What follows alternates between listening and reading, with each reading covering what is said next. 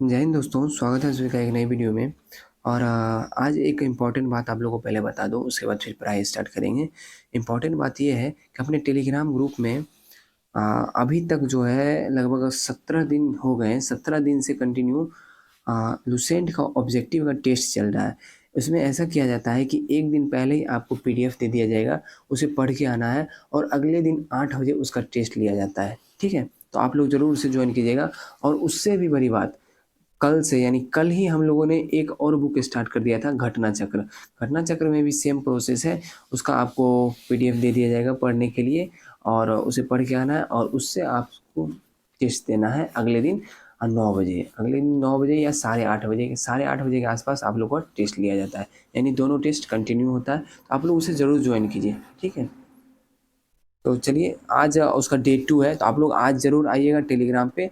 Telegram का link आपको video के डिस्क्रिप्शन में मिल जाएगा, आराम से आप उसे ज्वाइन कर लीजिए। चलिए स्टार्ट करते हैं आज का क्लास। अपमार्जक साबुन डिटर्जेंट दोनों मिलाने से जल का पृष्ठ तनाव कम हो जाता है। यानी अपमार्जक मिलाने से जल का पृष्ठ तनाव क्या होता है, वो कम हो जाता है। वर्षा की बूंद गोलाकार होती है पृष्ठ तनाव के कारण। लोहे की सुई पानी की सतह पर किस कारण तैरती है, पृष्ठ तनाव के कारण। पानी से निकलने पर शेविंग ब्रश के बाल आपस में चिपक जाते हैं, पृष्ठ तनाव के कारण।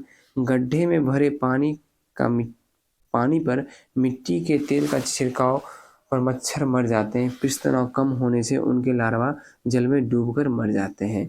समुद्र में लहरों को शांत करने के लिए तेल क्यों गिराया जाता है, पृष्ठ तनाव को कम करने के लिए। तेल जल के पृष्ठ तनाव पर फैल जाता है क्योंकि तेल का पृष्ठ तनाव जल से कम होता है। चलिए नेक्स्ट टॉपिक है ससंजक और असंजक बल।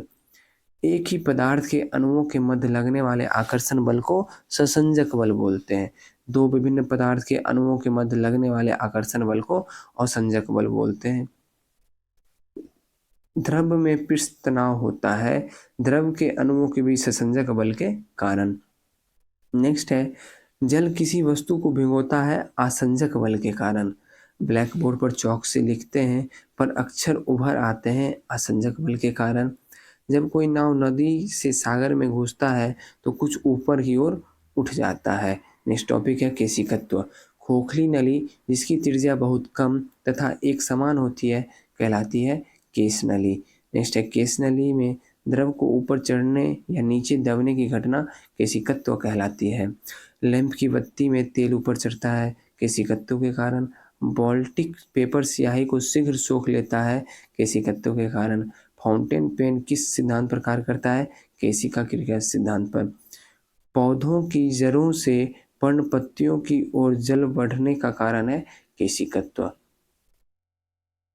नेक्स्ट टॉपिक है श्यानता। द्रव का वह गुण जिसके कारण वह अपने विभिन्न परतों में होने वाली आपेक्षिक गति का विरोध करता है उसे हम श्यानता कहते हैं। नेक्स्ट है श्यानता गुण केवल द्रव तथा गैस में होता है। द्रवों की तुलना में गैस का श्यानता कम होता है। एक आदर्श तरल की श्यानता होती है 0। ताप बढ़ने पर द्रव की श्यानता घटती है, ताप बढ़ने पर गैस की श्यानता बढ़ती है। श्यानता की इकाई होती है पॉइज। श्यानता की इकाई क्या होती है, पॉइज होती है। श्यानता गुणांक की बीमा है ml इनवर्स t इनवर्स 1, मतलब ml पर पावर -1 t पर पावर -1 श्यानता गुणांक की बीमा है। किसी तरल की श्यानता का मापन किया जाता है विस्कोमीटर से। किसी तरल की श्यानता का मापन किससे करते हैं, विस्कोमीटर से।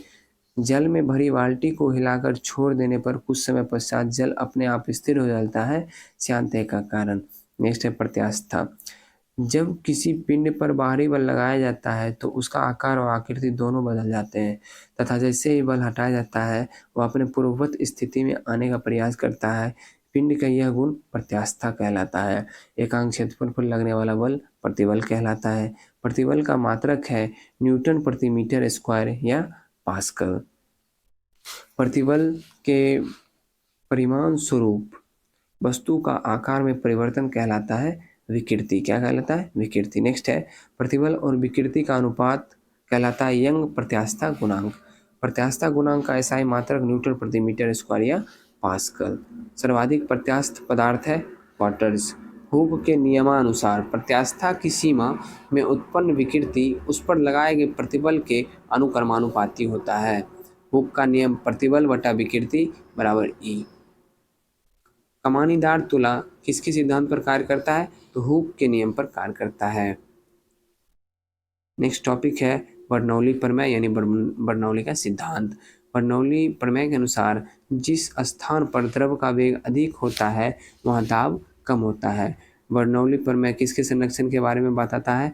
द्रव चालित दाब के संरक्षण के बारे में बताता है। बर्नौली प्रमेय के अनुसार गहरा जल शांत बहता है। बर्नौली प्रमेय के अनुसार गहरा जल जो होता है वो शांत बहता है। आंधी आने पर छप्पर का ओढ़ना किस सिद्धांत पर आधारित है? बर्नौली के सिद्धांत पर।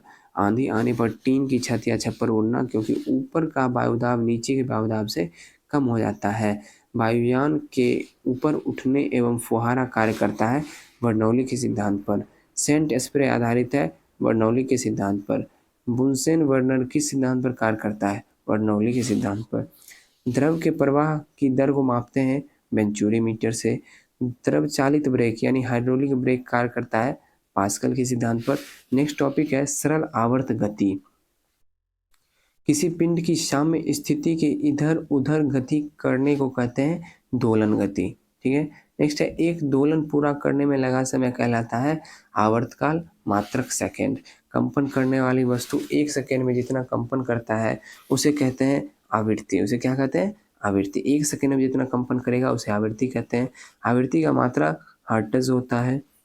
एक माध्यम से दूसरे माध्यम में जाने पर ध्वनि की आवृत्ति नहीं बदलती है। ठीक है, ध्यान रखिएगा, ध्वनि की आवृत्ति जो है नहीं बदलती है एक माध्यम से दूसरे माध्यम में जाने पर।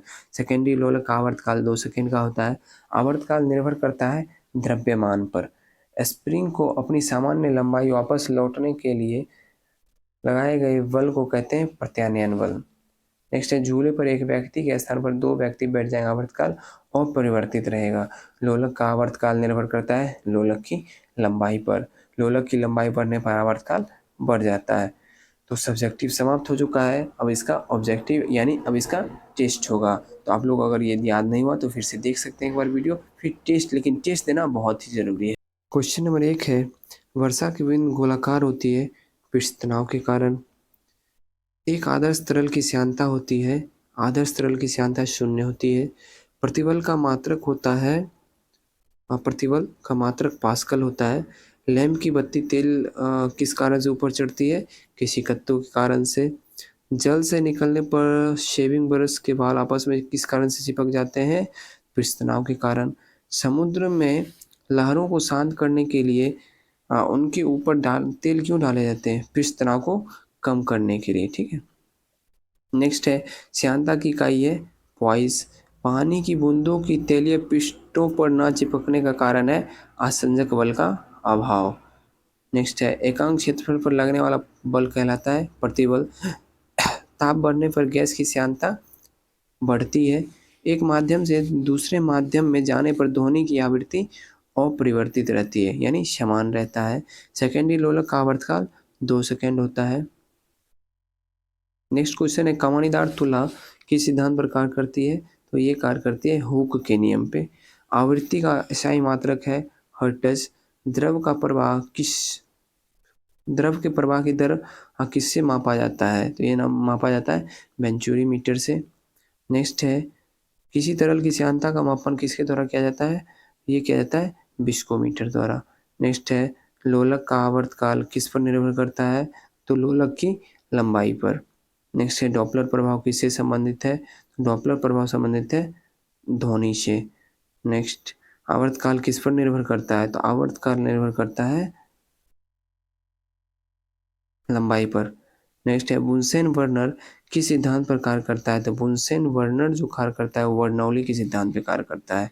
जब कोई जहाज नदी से सागर में घुसता है तो कुछ ऊपर उठता है, बर्नौली पर में आधारित है।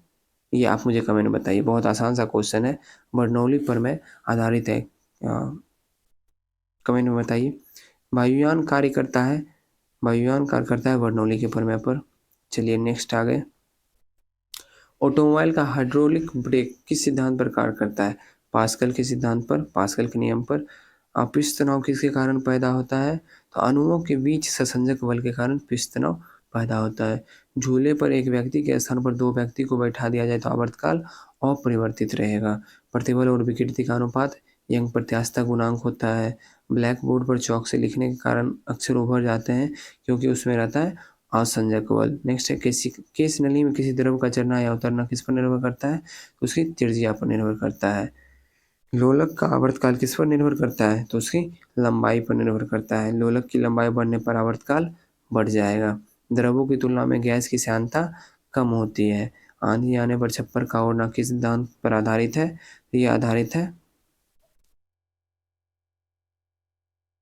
ये आधारित हो जाएगा बर्नौली के सिद्धांत पर। नेक्स्ट है एक ही पदार्थ के अणुओं के मध्य लगने वाला आकर्षण बल क्या होता है? तो एक ही पदार्थ के मध्य है तो ससंजक बल होगा और भिन्न-भिन्न पदार्थ के मध्य होगा तो आसंजक बल होगा। तो सेट समाप्त हो गया। आशा करता हूँ सेट अच्छा लगा होगा। सेट अच्छा लगा है तो वीडियो को लाइक करने की इच्छा है तो कर सकते हैं, नहीं इच्छा है तो कोई बात नहीं, ठीक है? लेकिन चैनल को ज़रूर सब्सक्राइब कर लीजिएगा क्योंकि वीडियो जो है वो कंटिन्यू आती रही है और आती रहेगी जब तक बुक ख़त्म नहीं हो जाता है, ठीक है? आप लोग के लिए इंपॉर्टेंट सूचना मैंने स्टार्टिंग में भी बता दिया। आप लोग टेलीग्राम ग्रुप से जुड़ जाइए, वहाँ आपको इसका भी पीडीएफ प्रोवाइड करवाया जाएगा और वहाँ पे जो टेस्ट चल रहा है, घटनाचक्र बुक का टेस्ट चल रहा है और लूसेंट ऑब्जेक्टिव का बुक का टेस्ट चल रहा है जो बहुत ही इंपॉर्टेंट है एग्ज़ाम के लिए। तो वहाँ ज़रूर जुड़ जाइएगा। मिलते हैं नेक्स्ट वीडियो में। जय हिंद।